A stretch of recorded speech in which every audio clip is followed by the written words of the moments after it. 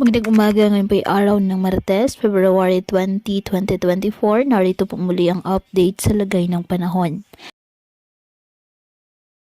Ayon po sa Pag-asa, umiiral ngayon ng easterlies o mainit na hangin na nagmumula sa dagat Pasipiko sa silangang bahagi ng ating bansa. Pansamantala namang hindi mararamdaman ang hanging amihan o northeast monsoon pero posibleng bumalik sa weekend o sa susunod na linggo. Wala rin pong inaasahang low pressure area o bagyo hanggang po sa matapos ang linggong ito.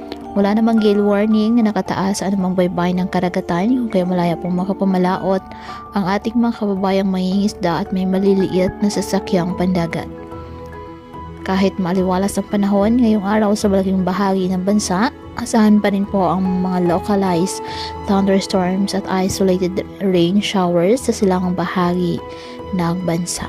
Mababa rin po ang tsansa ng ulan sa Metro Manila at mababa ang tsansa ng ulan sa malaking bahagi ng Luzon, sa Visayas at sa malaking bahagi ng Mindanao. May ilang lugar sa Mindanao ang makakaranas po ng mahina hanggang katamtamang mga pag-ulan. Kaya patuloy po natin na pag-iingat pa din ang ating mga kababayan sa pantapan po ng mga pagbaha at pagguho ng lupa at ugalin po na magdala palagi ng payong o kahit anong panangga sa ulan o di kaya na may sa init ng araw kapag lalabas ng ating mga tahanan. At yan po muna ang update sa lagay ng panahon ngayong araw. Muli patuloy po tayo na mag-ingat at palaging tandaan, God loves you. Stay safe and God bless.